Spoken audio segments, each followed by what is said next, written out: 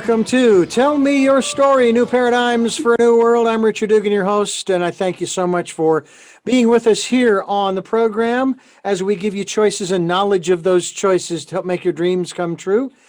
We are here on Sundays at 7 a.m. and 7 p.m. Monday mornings at 1 a.m. We are streaming live as well at richarddugan.com. And we also want to include our special edition of Tell Me Your Story, which is heard on Wednesdays at 9 a.m. on this fine station. The podcasts are expanding exponentially. I can't list them all because there are about 20 or 30 of them. But we are on SoundCloud, iTunes, TuneIn Radio, Spotify, Stitcher, Amazon Music, iHeart, and many other locations. And we are encouraging you to go to those locations, or you just go to the Richard Dugan's homepage where you will see the SoundCloud embedded players for each year's programs.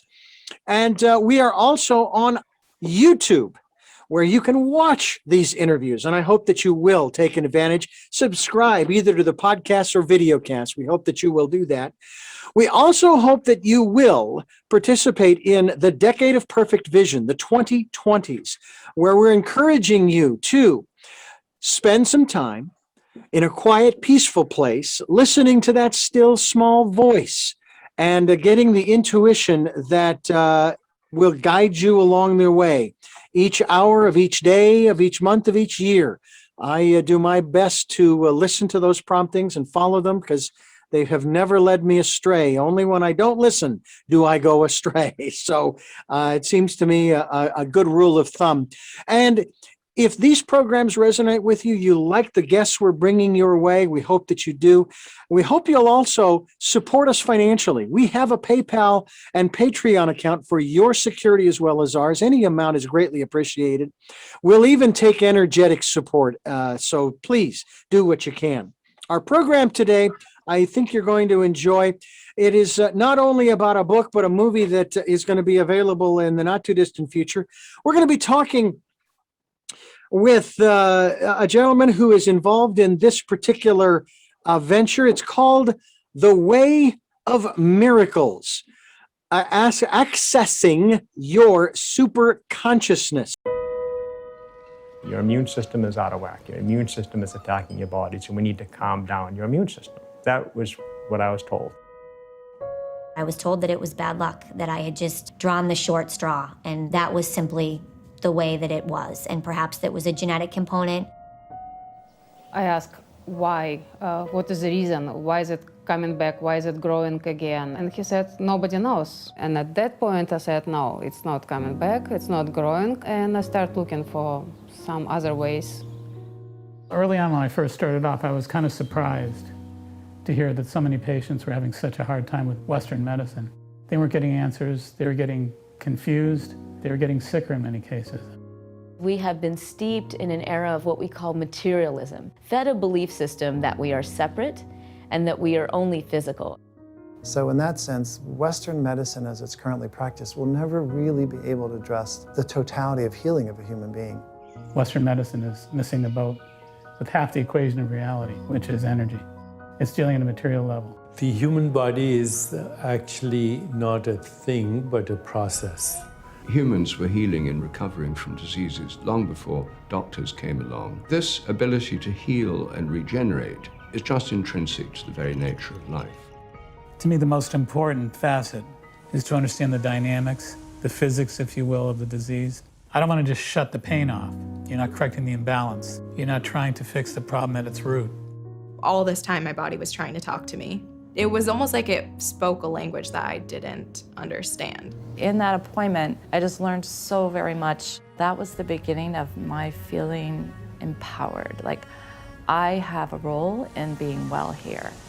This ability to heal and regenerate is influenced by nutrition, environment, by emotional and mental factors. Your consciousness is translating your experiences into chemistry that supports health or chemistry that supports protection. The way that we think, the way that we feel has such a powerful role in impacting our health.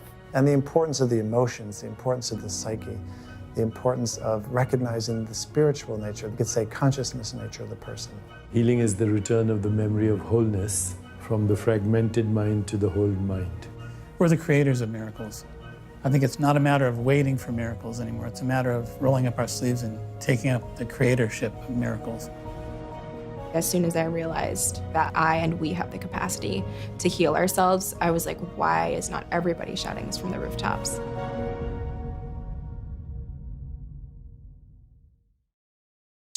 Mark Mincolla is my guest, PhD, and we thank you so much for being with us here on the program and sharing this time and all of this great information about the work of the Way of Miracles. Thanks for being with us. Well, thank you so much for having me. I appreciate it. We've done a number of programs on different films that have been released down through the years, in the 14 years we've been doing this program, and of course yours is the latest. First of all, PhD, your expertise is in? I've actually been practicing nutritional therapy for 37 years, 60,000 appointments, and had some remarkable experiences that are truly miracle experiences, great recoveries from terminal illnesses, cancer, heart disease, things like that. We decided we wanted to tell the story both in film and book. Miracles were possible in my life. They've happened. They happen with great regularity. And we want to share the reality that miracles are part of real life, and there's something that can be reached by everybody, touched by everybody. All right, so let's do what we like to do on this program quite often. We like to define our terms. So what is a miracle? Miracle is an event. It's unexpected. It has remarkable results that are in many cases thought of as divine. So, in other words, if somebody, I'll give you an example. In the film, the movie is available right now, by the way. It said people can go to thewayofmiracles.com and they can actually access the film. Thewayofmiracles.com is up and running, so they can check that out. But we've had stories in the film and in the book too. But there's a woman that had a tumor the size of a large golf ball in the front of her prefrontal cortex. She had it surgically removed, and 2 months later, the tumor grew back exactly as it was before. She decided she couldn't go through any more brain surgeries. That was out of the question for her. So she hoped that I could help her, and I worked with her really hard for 5 months. And in 5 months' time, the tumor vanished, and we worked hard to make that happen, nutritionally, biochemically, supplement-wise. But nonetheless, it was a true miracle. It's been 9 years that she's been tumor-free right now. She tells her story in the film. That's an example of a miracle. That's an example of what we're talking about. That's an example of the kind of thing that we experience quite regularly in our work. And of course, and I've seen the film, and it's quite remarkable. The one area that we get into when we start talking about health and wellness and so forth is the question again of defining terms, and the subject always comes up of the subject of healing. So I'm a Reiki master. As I was taught, my intent is irrelevant other than to send the healing energy, if you will, to the individual or event, and allow it to be used in the way that it is to be used, not the way I want it to be used. So let's define the concept of healing here. What in your estimation, in light of miracles, as you've described them, is healing? Well, number one, I think that we have 4 possibilities when it comes to miracles. We can reject them, we can accept them, we can expect them, and we can create them. So for that to happen, for us to have the power to create, we need to begin with the understanding that there's a delineation of self. Human beings have 2 different, distinctly unique properties. They have a mortal self and an immortal self. They have a mortal self that's not capable of producing the kind of energetic, remarkable effects that our immortal self has access to. So the soul, the source, the higher self, the higher spirit has the capacity to create miracles. I don't think our mortal self has that capacity. So it's something that I believe that we need to consider as a possibility for all of us to elevate our consciousness, so to speak, to elevate our frequency, our field of energy, our vibrations, to increase the vibrational response of our energy field, our consciousness, and our intent. And I think that's by elevating our awareness, by elevating our potential, as human beings, I think we're capable of touching upon miracles. Now, this the movie and book combination that people can certainly get copies of both of them, or again, watching the movie at thewayofmiracles.com. That is the website, folks, that you want to check out, thewayofmiracles.com. A best health awareness film of 2021. It's won a number of awards, and you can order it as well as the book. When did you begin the process for yourself of entering the field of health and wellness or medicine? How long ago was that? Was there a particular moment in your life, in your early years, where you said, "This is what I need to be doing"? There was, Richard. My older brother, back in 1972, my older brother I was a young college student at the time. My older brother had a heart attack at age 35.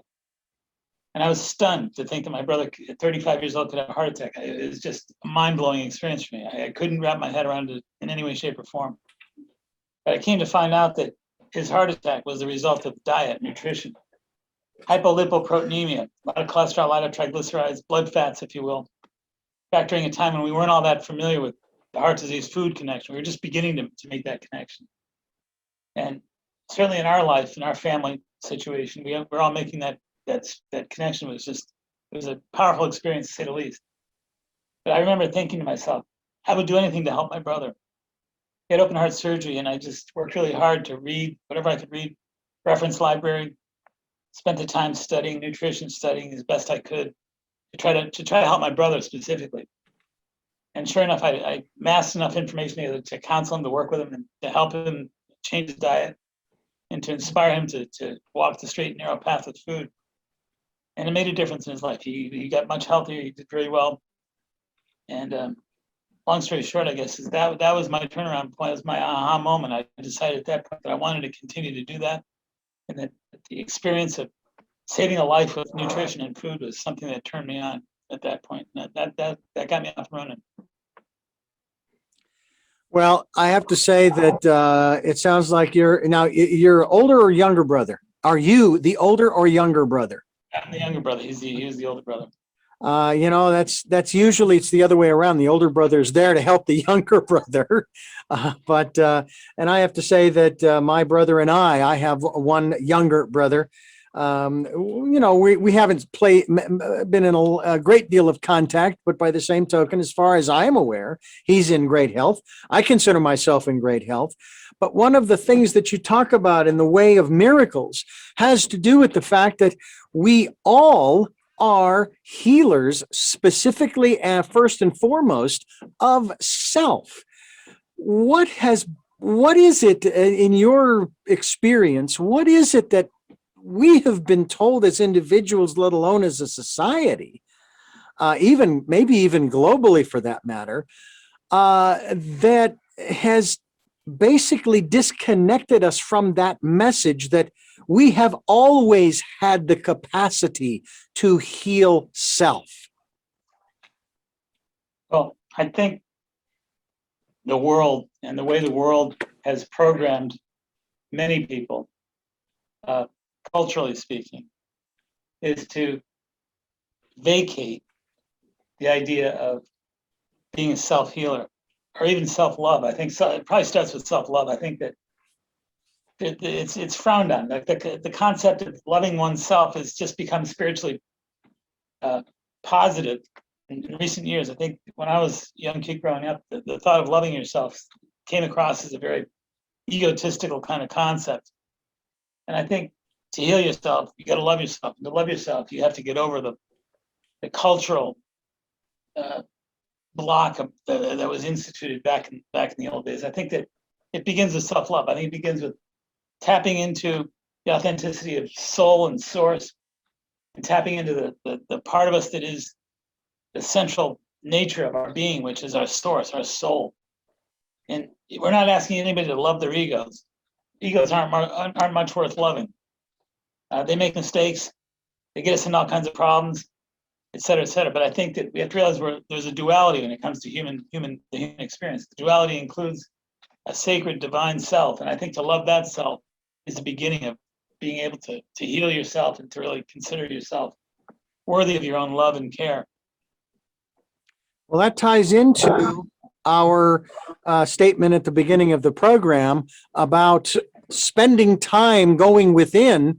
And as I've reemphasized this over the last few years, getting to know self. Now, for some people, that is a very difficult and challenging endeavor because they've got a lot of stuff that has built up from childhood on.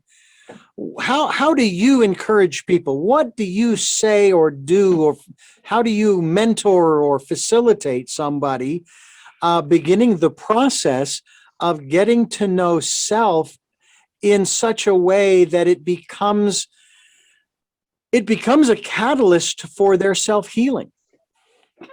Well, I mentioned there's a section in the book where I actually have the reader go to a mirror and to look in the core center of their eyes, of their own eyes, for 10 minutes. I mean, you have probably less than 1% of the human population that's ever done that. And we're looking at everybody else's eyes, we're looking at everything else and everybody else. We don't look in our own eyes, in the center of our own eyes. 10 minutes. You're gonna have a very different feeling about yourself and about life if you take 10 minutes to look in the core center of your eyes.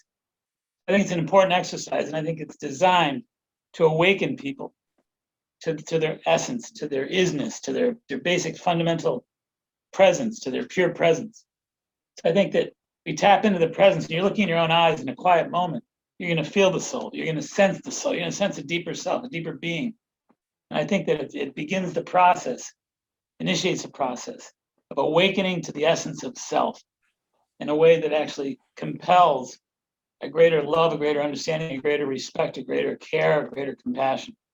So I think it's really important to make that connection.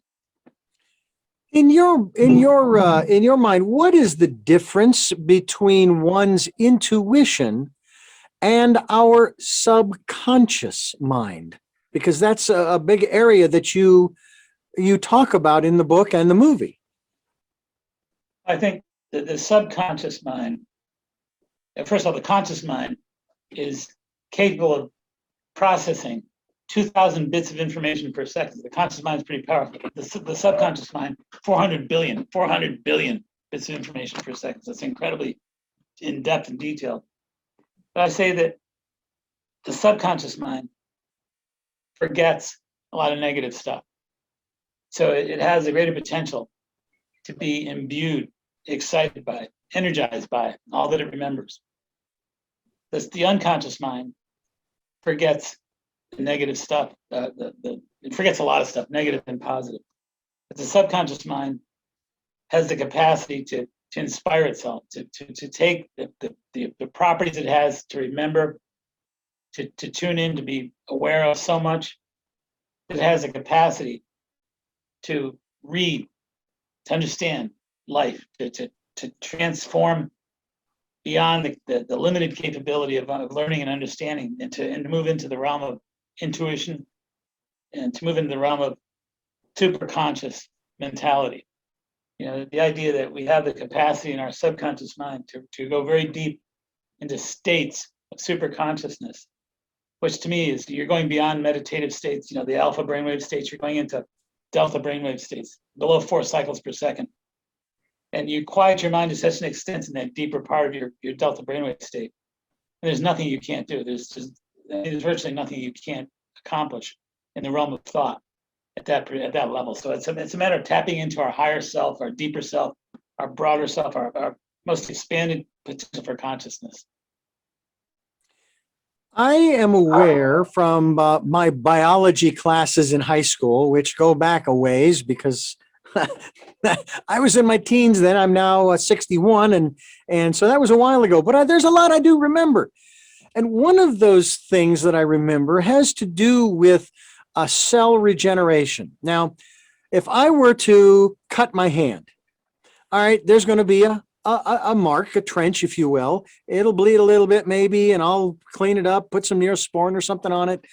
And over the course of the next week to 10 days to 2 weeks, it's going to regenerate those cells, maybe even to the point where I will forget and not even have any evidence that I ever cut my hand. So the cells have regenerated there.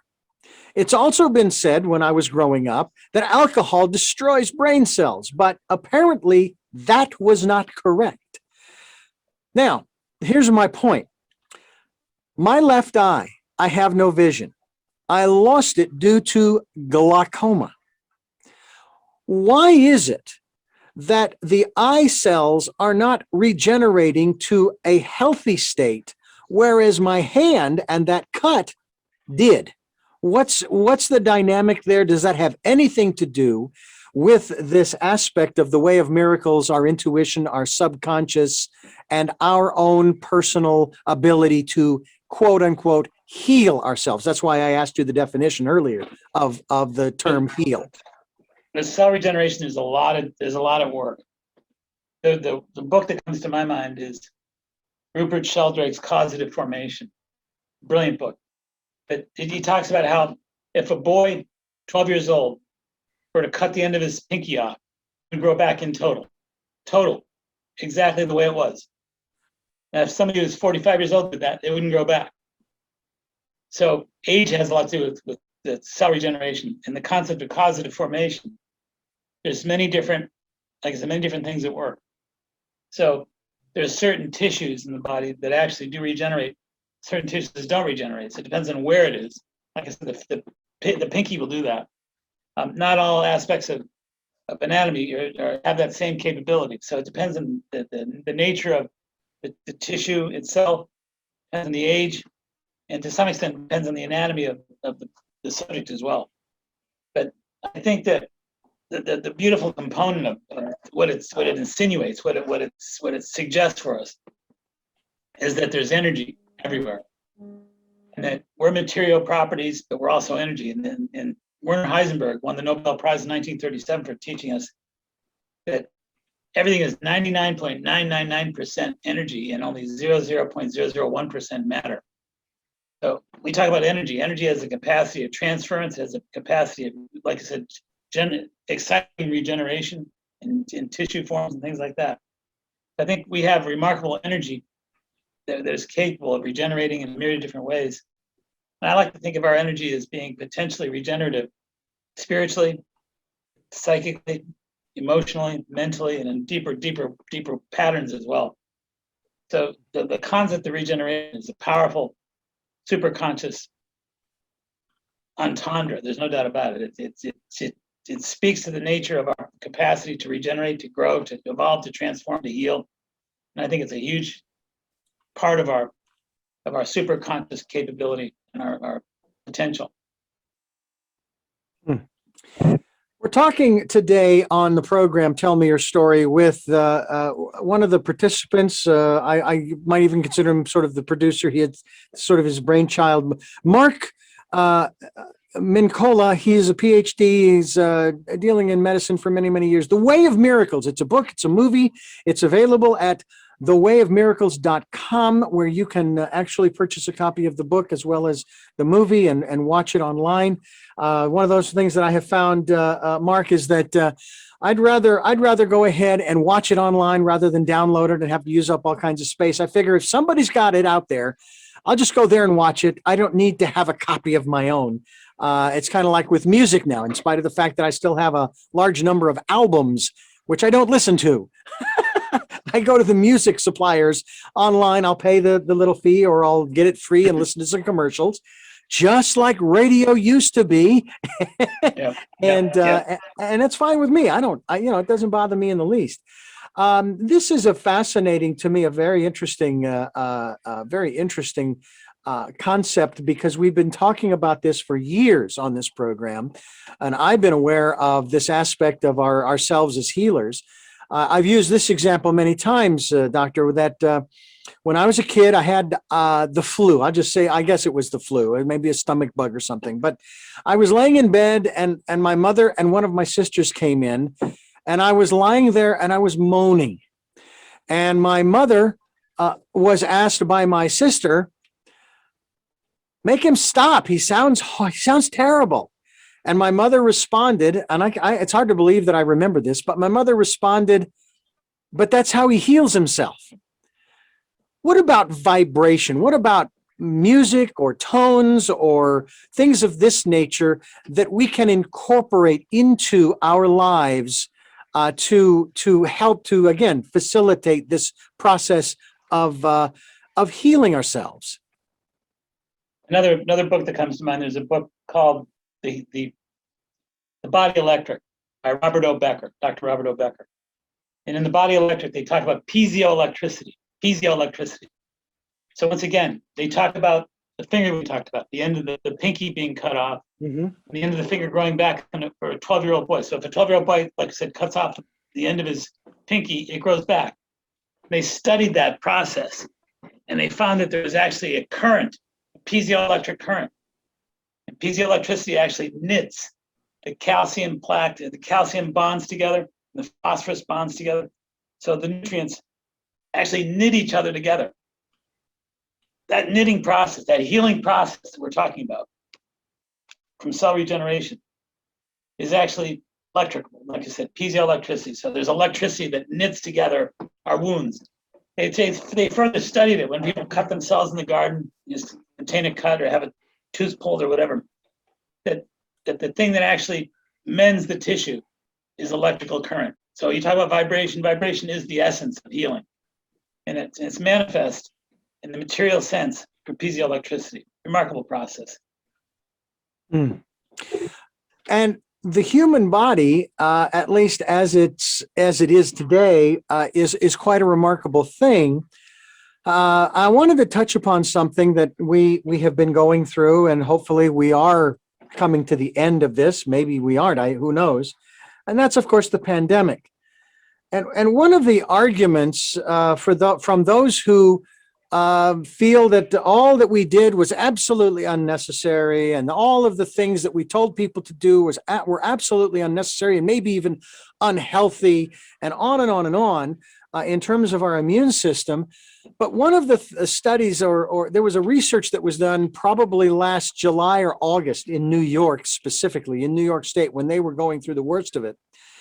They went through all of those people who had passed and who were listed as passing from the virus or from underlying conditions. And it was 99% of those who had passed were due to underlying conditions. Now, the argument has been made that, well, we've been suppressing our immune systems because we've been wearing masks and isolating at home and all of these different things. And I'm sitting here and I'm going, but the majority of people didn't die because their immune systems were compromised, period. They died because of other conditions that they had created through their diet and their lifestyle that made them vulnerable. So it seems to me that the population as a whole is unhealthy. And if you're unhealthy, isn't it true that then you are even more susceptible to getting even sicker and maybe even dying from whatever is out there? No question about it. I mean, there's two systems in medicine. There's intervention and prevention. We as a culture have never really emphasized prevention. We're focused on intervention. So for us, we wait until the enemy's at our door before we cast our weapons. I think it's important that we tap into the fact that if we're prepared, we're ready, and we work at preventing our ill-fated disease possibilities early on in life, we produce a far greater probability for wellness long-term. We tend to have the capacity immunologically to fend off problems. We have pretty remarkable immune system, 100 million trillion lymphocytes, T cell molecules, B cell identification cells, spleen tissue molecules, things like that. We have a powerful immune system. It's incredible. I think when we take the time to bolster it, to support it, and we know that many antioxidants will do that. We talk about free radical peroxides, oxidative stress, things like that. So, we think about breaking down the cells. We think about things like fried foods. We think about sugars, things like that, actually minimizing breaking down our immune systems, not producing the type of immune response that's going to keep us alive and well for years to come. So I think that to have the antioxidant support is to neutralize the free radical peroxides and to neutralize the buildup of oxidative stress in the body. Oxidative stress is the primary cause of cell degeneration, immune problems, autoimmune sickness. There's 155 autoimmune diseases, 72% of which are triggered by inflammatory foods. So foods that are inflammatory, foods that have arachidonic acid, foods that have COX-2 hormones. There's a lot of nutritional support here that comes into play. There's a lot of prevention, a lot of nutrient support, like you said, vitamin C, vitamin E, vitamin D, vitamin A, selenium, zinc, etc. So these are all very important immunological components that support prevention, and prevention is key. Well, I have to tell this story, and I tell it every time we get into these, almost every time we get into these conversations, about the fact that I had type 2 diabetes diagnosed on the 23rd of July, 2020. And actually the 24th. The 23rd was the last day I had a soda. I actually had that evening 2 small bottles, I always emphasize that, 2 small bottles of Coke. And they were the type that has sugar, regular sugar, cane sugar, not any other form. And then, of course, I go in the next day. And by the way, like the equivalent of 16 teaspoons. Yeah, well, there you go. Well, here's the thing. I go in and they check my blood sugar, 544. That was the reading, 544. Drew the blood, did the A1C, 11.2. After coming out of the shock of being informed that I had diabetes, the doc was telling me that, oh, this is going to be a long road, Richard, a long road. I said, no, it's not. It's not going to be a long road because I know how I got here. The pandemic is what caused it, or better, more accurately, it was the fact that we went to comfort foods, which contain a lot of sugar and carbs and calories that caused it. So immediately after that, my wife and I went to lunch and we ordered one of our favorites, a fried chicken sandwich. No bread, no fries, salad, no soda. I just had water. And from that point forward, we went back to the diet that we'd been on before the pandemic started. And that was healthy foods, produce, fresh fruits and vegetables, that kind of thing. Because before that, yeah, it was processed foods before that, after that, in the 8 weeks that my wife was furloughed, that's what we ate. And so when they took the A1C, I was at 275 to 300 on an average for the previous 3 months. When I went in to have my A1C checked in November 1st of 2020, 5.7. When I went back again in February of this year, 5.5. And I have kept it down ever since. I found a substitute for soft drinks, and that's the sparkling flavored waters that had no calories, no sugar, and no carbs. And it's because I like the fizz. But fortunately, I also like the flavor of these drinks. And it's one of those things that I started questioning as to, well, why is it that they're promoting these type 2 diabetes medications? It'll get your A1C down to 7. I got mine down to back where it's supposed to be 5.7. And of course, I didn't even think about this. And I'm wondering how you address this with your patients in this regard.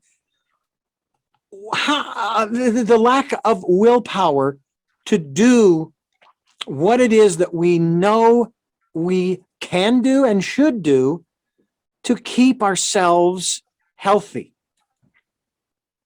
Can you address that a little bit? I think the 2 greatest motivators are pleasure and pain. So I think that when people want to look good in a bathing suit and be complimented, they're going to work a little harder than the average person if they have a vision to receive the pleasure of love and attention. I think pain is associated with heart disease, inflammation, cancer, et cetera, migraine headaches, rheumatoid arthritis. I think escaping pain is also a great motivator. So I found that the patients that I work with are generally all too willing to give up whatever they need to give up to get the job done. And I think that the other thing is, I think that times have changed a little bit. I think in recent years, I mean, I've been doing this for over 30 years. And early on, there was less attention paid to prevention and less seriousness associated with making a difference with nutrition. I think nowadays, the world of medicine has learned a lot about nutrition. I mean, I first started doing what I started doing, the doctors just poo-pooed it. They didn't believe in it. There's still many doctors that don't, but not like it used to be. I think there's more of a medical awareness, there's more consciousness, there's more general public awareness about nutrition being a difference maker. There've been more stories like ours, you know, there's people telling their stories about, like your story, beating the diabetic condition with healthy diet, you know, people beating cancer with healthy diet, people losing 50 to 100 pounds, exercise and healthy eating and stuff like that. So I think we've come a long way. I think that people are more tuned in. So there's the pleasure pain component. There's also the awareness component. I think these are different times. I think that people are becoming ever so more attuned to the fact and aware of the fact that food can make a huge difference. Food is medicine. We know that. Well, you mentioned earlier in the program about inflammatory foods, and my wife is an unbelievable researcher. She's been in the medical field for probably close to 50 years, working in cardiology in particular as an MA and a tech, and among other sundry titles, if you will, probably knows more than the cardiologists know. I mean, they trust her to do things that they don't trust any other MAs or techs to do, because she knows what she's talking about. So when we started talking about inflammation, which I was having a problem with several years back, I love tomatoes. I love potatoes. I love, unfortunately, a lot of the foods that have inflammatory properties to them. But she says there is a way, for example, with tomatoes, there's a way for you to have a tomato without the inflammation. And that is to cut it open and scrape out the seeds. That's where the problem is in the seeds. And that's just one example. So it's like you say, it's awareness, and it's that pleasure pain issue that we're dealing with as well. When you first take on a patient, where do you begin with them? I mean, I would venture they're coming to you for a particular condition, but what that condition is, isn't it usually a symptom of something deeper? Holism to me is not just a reference for healing and for medicine. Mm-hmm. Holism is a reference for disease. In fact, my contention is the perfect holism is disease, because it's a priori. If I do this, then this is going to happen. Now we try to mimic the efficiency of disease with healing, trying to reverse our footsteps and be logical, trying to do our detective work, asking questions about what they eat, how their emotions play out, how their stress levels are 1 to 10, things like that. So I think that invariably we do a Q&A and we find out as much as we can doing our detective work. But ultimately what it boils down to is the fact that people holistically get sick and people holistically heal. So the sickness component, as you intimate, and I agree with you wholeheartedly, can have emotional components to it, has spiritual components to it, can have mental components to it. It's not just a physical thing. So the physical disease is often established, rooted, germinated with thought. So if I ask somebody, what is your stress 1 to 10? They say, I have a 10 level stress. How long do you have 10 level stress? 10 years, 5 years, 8 years. There's somebody who's been living on the edge, wear and tear, breaking them down. You know, there's a great researcher named Hans Selye. Hans Selye is the father of modern stress physiology, the idea that stress produces a physiology. And Hans Selye did 40 years of research on the chemistry of stress. Stress produces the chemistry that's not the same as stress-free chemistry. There's sympathetic chemistry, there's parasympathetic chemistry. So sympathetic chemistry is stress chemistry. Parasympathetic is relaxation response. They produce different immune response, they produce different cardiovascular response, they produce different pulmonary responses, completely different, 100% different. So when you think about the concept, just take digestion alone for a minute. You take the concept of digestion. If somebody's under stress, They're going to be producing sympathetic chemistry, stress chemistry, fight or flight chemistry. That's not efficiency, it's emergency. So there's two different decided productivities in the body. We can either produce a chemistry that's efficiency-based or emergency-based. Wherever the twain shall meet. So if you're producing an emergency chemistry, food goes in the body, you flush hydrochloric acid to try to flush that food out of the gut. So you don't have to run for your life or fight for your life with a stomach full of food. Not meant to be efficient, meant to be emergency-based. Normally you take 3 or 4 hours to break that food down efficiently, enzyme activity, distribute the food and the nutrients to where they belong, totally efficient. That requires parasympathetic, stress-free chemistry. So if you think about stress, mind-body stuff, that's what we're talking about here. Are you associated with other physicians who are of close to or like mind in terms of their approach to the health and welfare of both themselves as well as their respective patients? And is that number growing? Yes, I think yes and yes. I have a number of different colleagues who are medical doctors, and I think the number is growing. I think that there are more medical doctors that are looking to practice complementary medicine than ever before. And the term complementary medicine means that they're using traditional medical concepts, but they're also engaging in more contemporary holistic concepts as well. They integrate the two. So there's more of that happening, no question about it. We're talking with Mark Mincolla, PhD, doctor, who is here with us talking about his latest endeavor, his latest work, The Way of Miracles, which is both a book, which is available online at thewayofmiracles.com, as well as the movie, also at the same website, accessing your superconscious. Your superconsciousness, I should say, superconsciousness. And basically, what if there was a way to generate miracles for ourselves? Have you, doctor, experienced your own miracles, if you will, in your life? Can you share with us your experiences in that regard? On the book, I talk about miracle experience that I had at the beginning of the filmmaking process. I met the producer of the film about 5 years ago, and while we started planning the film, mapping everything out, the goal was to come across six or seven patient stories that we could highlight, that are great stories to tell about miracle healing, and we found our 6 people.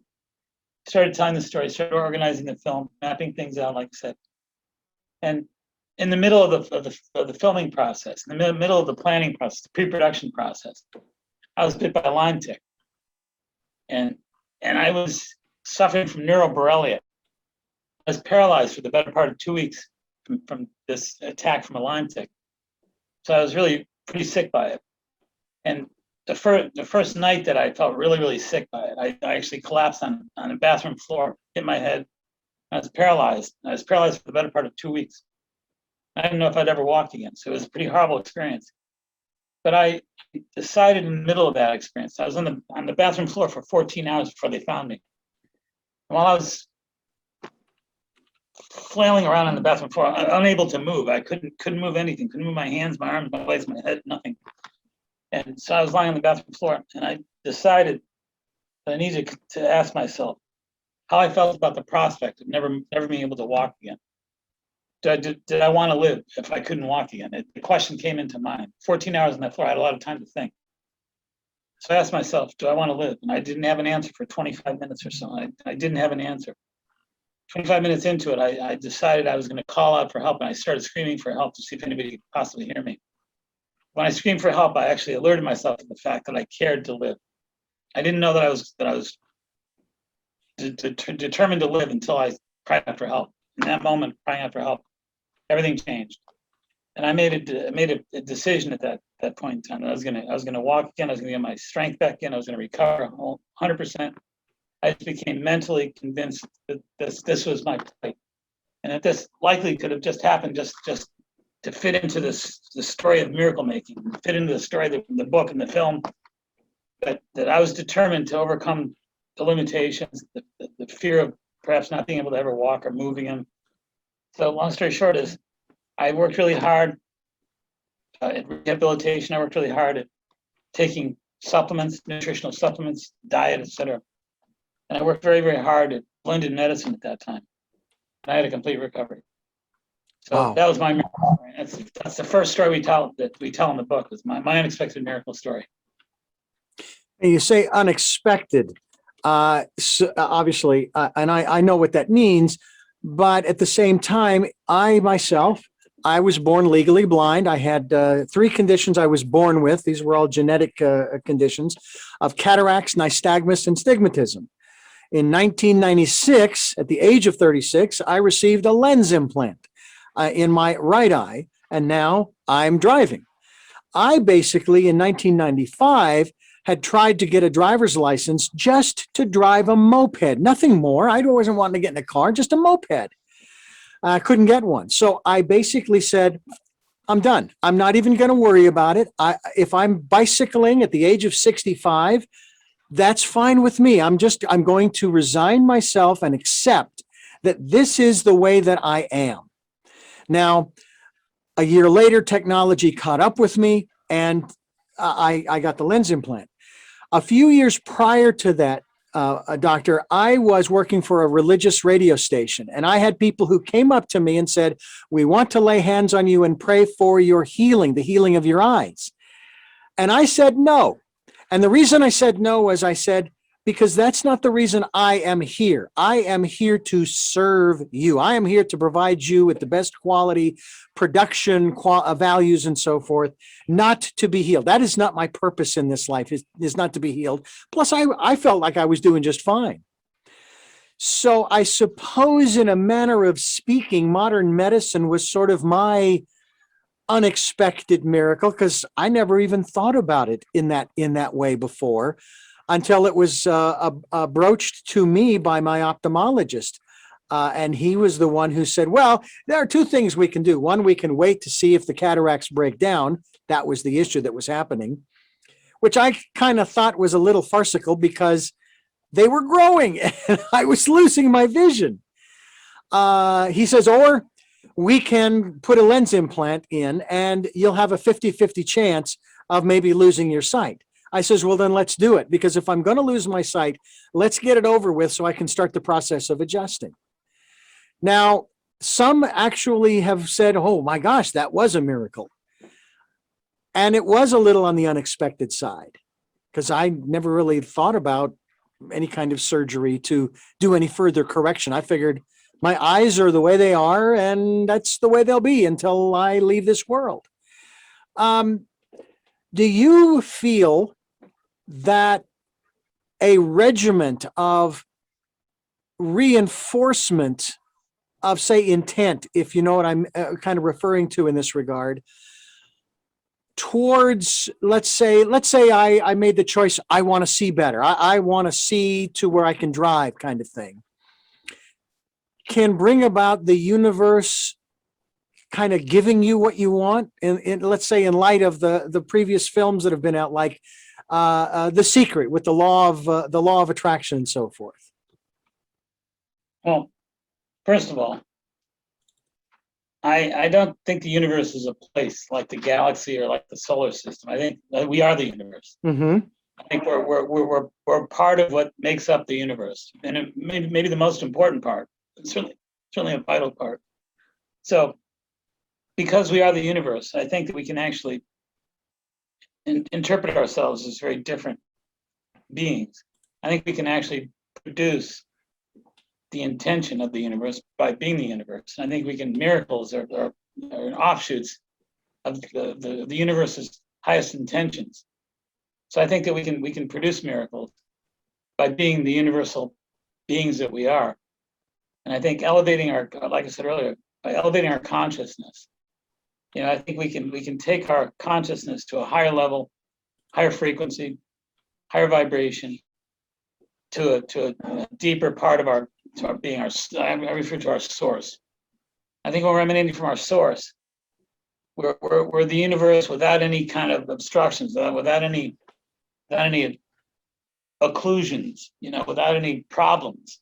Mm-hmm. I think when we can channel ourselves as universal energy without occlusions, I think we have the potential for higher remarkable outcomes, miraculous outcomes.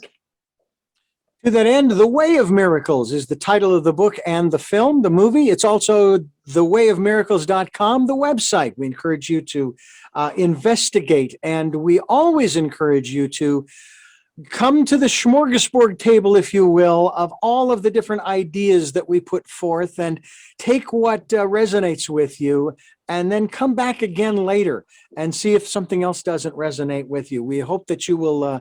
We hope that you will do that. We're talking today, of course, with Dr. Mark Mincolla. He is what would be your title? You're certainly the author of the book, but what's your connection in regards to the movie? Obviously, you're featured in it. You're a presenter in the film. Are you executive producer? You are the executive producer. Tell me about. There are two other people I'm curious about, because some of the cinematography in there and the photographs and photography are very interesting. Tell us about your producer, writer. Is it Christina or Christine? Yes, that's right. It is. It's Christina Bertillo Bresson, B-R-E-S-S-O-N, and Alon Bresson, A-L-A-N, Alon Bresson, husband and wife. And they're remarkable people. They're incredibly gifted, so talented. One of my sons actually lives out on the West Coast, and he was back east in New York several years back, and he met them at a gathering, at a party, and he knew that I was looking for somebody to film the movie that I wanted to film, and he introduced himself to them, and then he introduced us together. So my son actually introduced Christina, Alon, and myself, and it was perfectly designed, no question. It was kismet. Mm. And was it in that context of kismet, as you describe it, you were all basically on that same page, saying, "Yeah, this is the modality we want to use to get the word out"? Well, the amazing thing about it is, she is a film producer, as we know, but she had great knowledge and great basic understanding about holistic medicine, about spirituality. I mean, she was the perfect person for this project. Absolutely the perfect person. Her pre-existing knowledge was so aligned with mine, and the minute we started talking, we knew right away that we were perfectly set up for this together. It was a great meeting, great connection. It is always wonderful when the synchronicity of the universe comes along to bring just the right people together to create, and that is a very exciting thing. I've been privileged in my life to have had that happen on numerous occasions when putting together different projects, and I got to tell you, I envy you in one sense, though I've had the same kind of experiences. But envy you that experience that you have had, and I'm sure it's ongoing. Is there another step in this process beyond the book and movie, A Way of Miracles? I think there is. I think that what we're considering doing is putting together some programs that are like seminar programs, intensives, 3-day intensives. We can take the system that this distills itself down to, and to educate people and to inspire people in the systematology of bringing miracles more to the forefront of their lives, so that people can actually tap into their potential to make miracles and to engage in the process necessary to make that possible. You know, I've even thought of the miracles of Jesus, and I would think from his perspective, it was no big deal, in that it's just what he did because he knew how. Is that kind of where we need to get to, where we need to understand that we can do this too, and we just need to accept that reality? I think sort of. Here's what I think. I think it's where he was. It's where he was. So I think miracles exist in a plane, in in a portal, through a portal, in a plane of existence that's higher frequency, a higher vibration, like I said. So that when you and I are in our highest mode, our highest modality, clear-minded, not a lot of nervous, anxious thoughts, not a lot of monkey brain, not a lot of monkey mind. We're actually crystal clear and at peace. That's when we're most capable of being in the zone where miracles can be tapped into.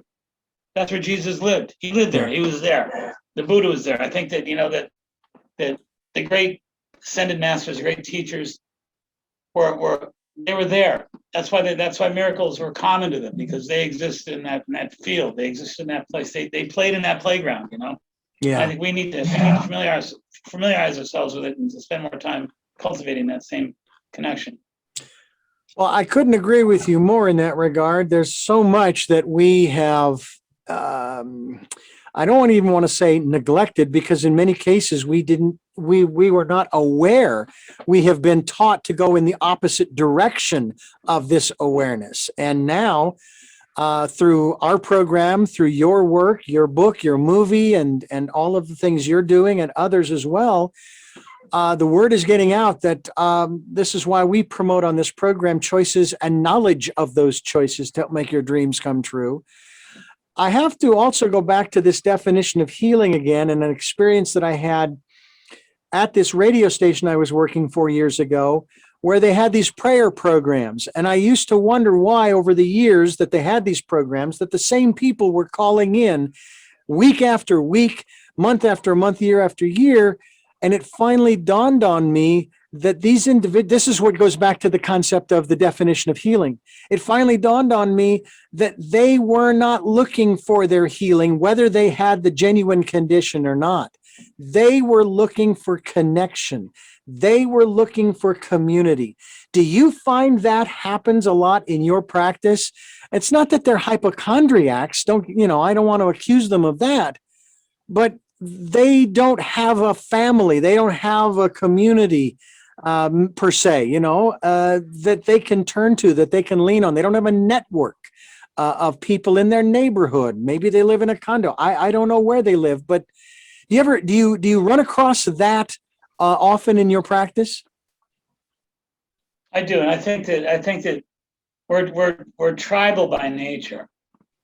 And I think that we're always looking for our tribe. And I think we find a bit of our tribe in our family, a bit of our circle of friendship. Mm-hmm. I think we find it in our practitioners. I think we find it in our doctors. I think we find it in our nutritionists and our chiropractors. I think that everybody has a circle of familiarity, a circle of friendship, a circle of love. Everybody has a tribe that they're trying to quicken with, a tribe they're trying to connect with and associate with. And I think especially when you think in terms of what disease represents. Disease represents isolation. Disease represents pain and suffering, like we said. Disease is an awkward process. Yeah. And we're most in need of our tribe when we're suffering from disease. A big and important part of the healing process clearly is bringing yourself to your tribe. And there's no doubt about it. And you also talk about the dis-ease versus and disease. Share with us, for those who may not be aware, what's the big difference there?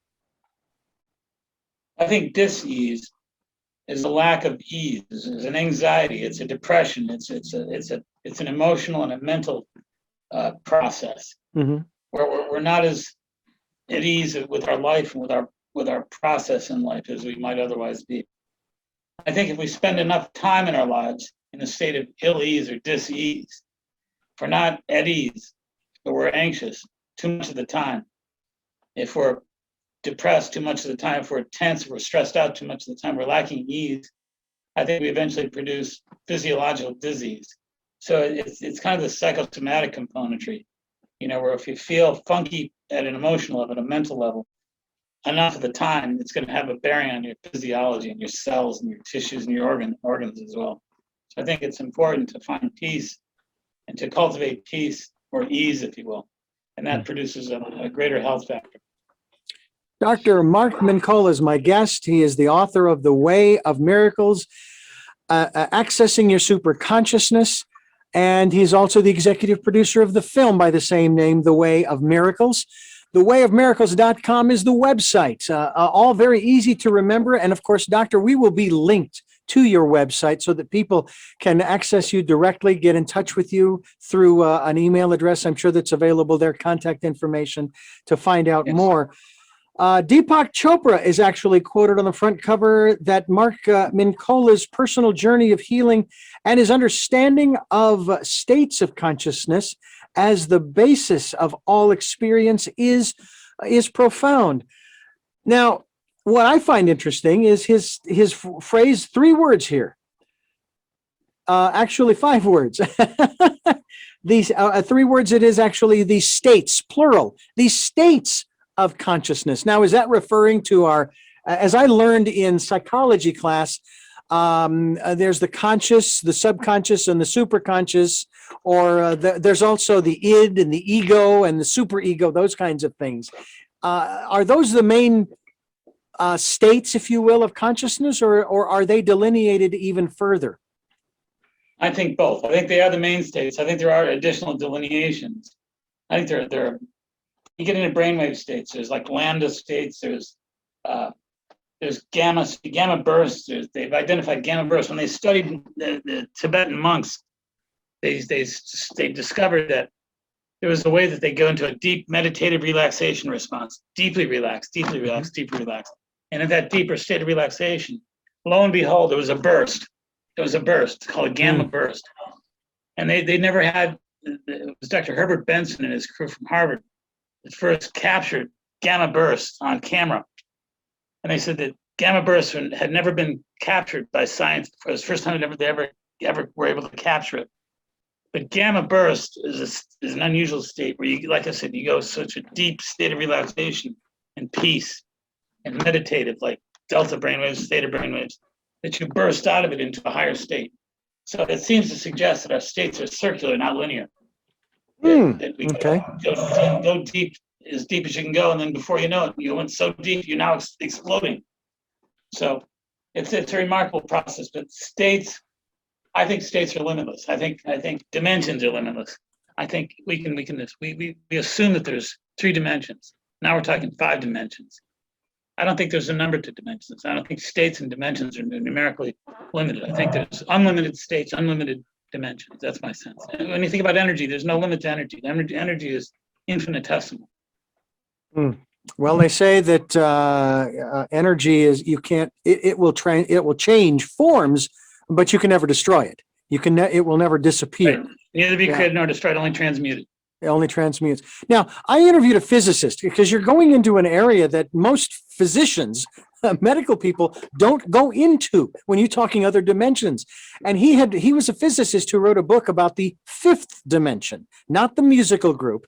And we went to lunch. He lives here in Santa Barbara, and we went to lunch one day. We're walking back to the station, and he starts describing to me. He says, "I can prove to you the existence of the 1st, the 2nd, and the 3rd dimensions: height, width, depth. I can show you a representation of the existence of the 4th dimension, time." He says, "But I cannot prove to you the existence of the 5th dimension." And he began to describe what that was. And I'm not going to go into it here because I don't recall what it was. All I know is after he described it to me, I said, as an individual who used to work at a religious station, a kid who was born and raised Catholic, the only description I can give to what you just said about what the 5th dimension is 3 letters: God. And that's just one way of describing it. What about your you say there are unlimited dimensions, which I would agree with, but let's talk about this concept of the 5th dimension. And if in fact that's the case, you said that the universe isn't necessarily, it's not a place. We are the universe. Marshall McLuhan might say, "I am the universe and the universe is me." But let me ask you about that aspect of our existence. We are immortal, right? I mean, on a spiritual level, we are immortal. Is that something that you agree with or kind of feel philosophically? Well, again, we are energy. Energy can neither be created nor destroyed, only transmuted. So There's no end to us. We are immortal. Okay. Let's put it this way: our physiological self is mortal. Our spiritual self is immortal. Mm-hmm. So when it comes to this aspect of healing, and I've used the example of my father's brother who was had terminal cancer, and my wife and I, as I described earlier, we're both Reiki masters. We sent him an absentee healing. And I was told after his funeral that shortly the day after or so that we sent that absentee healing to him, he got really angry and threw his medication across the room. He jumped in his wheelchair, wheeled across the compound where his family lived, or ranch, I guess it was, had this time of closure with his son for a few hours, and then shortly thereafter went back and got in his bed and he passed. He left, as it were. And that's why when I talk about this concept of healing, it seems to me like healing is more of an aspect, and it can be in the mortal body. It can still happen in the mortal body where we transcend or we transmute or we convert that dis-ease or disease into a non-stressful state. A state of ease, as you talked about earlier. Is that maybe a better definition of healing, that we are transmuting that energy into an energy of ease rather than dis-ease? It is. I think there's another component to it that's pretty important, however. Okay. I think the concept of understanding and appreciating wholeness is an important part of the process. So wholeness to me, I think of the Tai Chi circle. The dark circle with the light interior, the light interior, the dark, and the dark circle with light interior. So I think that good and bad, death and life, the dichotomies, the opposites, fit into the same circle. And the concept of separation is an illusion. I think if you take either part of the Tai Chi circle and remove it from the Tai Chi circle, you don't have a wholeness. You have a semicircle. Right. So wholeness is the key. I think that for us to be well, to be healthy, so to speak, in terms we're using here, we need to think of ourselves as whole. So we need to make friends with our more immortal fallen self, our mistake-making self. I think there's been a lot of Judeo-Christian criticism and guilt. You're a sinner, you're bad. I think that we're all sinners, we're all bad, but we're also divine. We've lost track of that wholeness. I think that the consummate healing embraces the notion of wholeness, forgiveness, and embraces the notion of my higher self embracing my lower self, and them being together, and them being unified. And I think it's a concept that we need to get over, as far as a lot of the Judeo-Christian ethic that would have us think of ourselves as mere sinners and bad people and feel guilty and we need penance and all that crap. I think that doesn't work for me at all. I think healing, the ultimate healing, comes with the concept of appreciating wholeness, and appreciates the fact that we're both divine and mortal at the same time. We're saint and sinner in the same breath. Yeah. So as we wrap this program up, I often think about the definition of death. It has often been said that, and this is from the scriptures, where Paul is saying that it is appointed to every man once to die, and then the judgment. Okay. Well, and then I go back to the Gospels and I read about where Jesus raised Lazarus from the dead. And it's like, well, wait a minute. But Paul says one time you get to die once, but Lazarus gets to die twice. So what's the rule, and what is death, and how do we know? And sometimes I wonder if we're mortal physical beings with an immortal essence or core, if you will, and we worry an awful lot about this physical body, but that's where we live. That's the vehicle that we're in, and so we need to take care of it, regardless of how many times we get to die. So as we wrap this up, in terms of the way of miracles, I've often thought where Jesus tells his disciples about the miracles he's doing, and they want to learn how to do them too. It's kind of like, teach us that magic trick.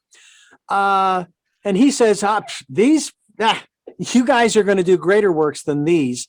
And I often think that the greater work in particular has to do with the transforming of our lives, both physically as well as mentally, emotionally, and spiritually. Your thoughts? 100% agree. Absolutely right on. I think that back to what I said about holism. I think healing begins and ends from the perspective of self-love, self-acceptance, self-forgiveness, and the holism that we are both light and dark. And I think that healing begins with that and healing consummates with that.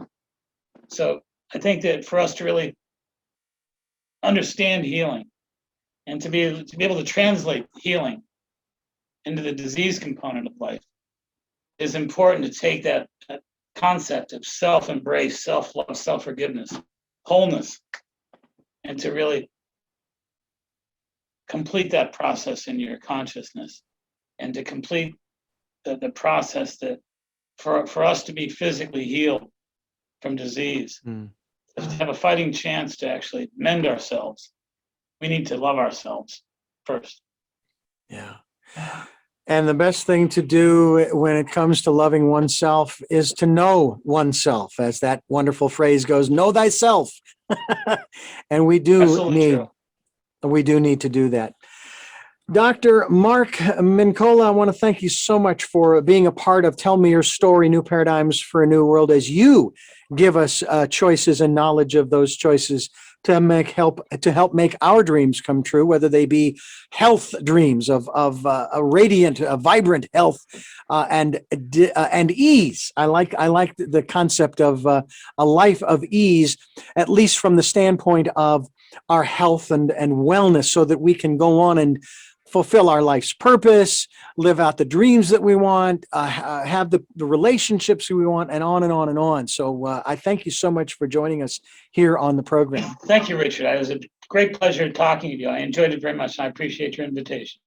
I also have 3 final questions for you before we wrap up the program, and you may have answered these questions somewhere in the context of the interview, but I like to ask them directly. But first, I need to address you, the listener and the viewer, and remind you that this program is here on Sundays at 7 a.m. and 7 p.m., Monday mornings at 1 a.m., and our special edition of Tell Me Your Story, Wednesdays at 9 a.m., streaming live at those times at richarddugan.com. We also have podcasts on SoundCloud, iTunes, TuneIn Radio, Spotify, Stitcher, Player FM, Blueberry, iHeartRadio. We're also on Amazon Music and many other locations, and we thank you for reposting our interviews throughout, and be a subscriber if you would to any one of those. We're also available on YouTube, where you can watch these interviews. At YouTube, just go to Tell Me Your Story and look for the guy with the hat. And we hope that you will subscribe there as well. And as of our conversation with Dr. Mark Mincolla, we are at 37,000 podcast listens through SoundCloud. We are now up to 29 subscribers on YouTube, and I'm just grateful for the numbers. They're great numbers. I'm greatly appreciative. Also encourage you to participate in the Decade of Perfect Vision, the 2020s. Spend that time listening to your still small voice in that quiet, peaceful place, and that's your inner life, and we hope that you will take some time to do that. And we also ask that if you can support this broadcast financially, we would greatly appreciate that. We have a PayPal account for your security as well as ours. And all you have to do is send a contribution through the email richard@richarddugan.com. The Way of Miracles is the title of the book. The film and thewayofmiracles.com is the website we'll be linked to. And now for my final 3 questions, and they are: number 1, who is Mark Mincolla?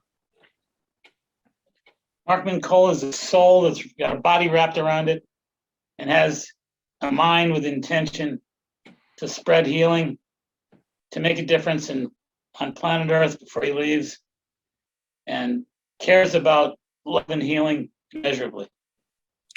What is it that you hope to or want to achieve through the work that you're doing now? I hope to achieve a greater connection with consciousness that I wish to share with my fellow man. And finally, what is your life's purpose? My life's purpose is to love and to expand my awareness and my consciousness into the daily work that I do and into my daily process so that I can share the light that comes from it. Well, Dr. Mark Mincolla, again, I thank you so much for giving us such an abundance of time, talking about the way of miracles, accessing your super consciousness. And we hope that you will go to the website of the doctor, and that is thewayofmiracles.com. I'm Richard Dugan. This has been Tell Me Your Story, New Paradigms for a New World. We are giving you choices and knowledge of those choices to help make your dreams come true. And until our next broadcast, podcast, videocast, love to Lal.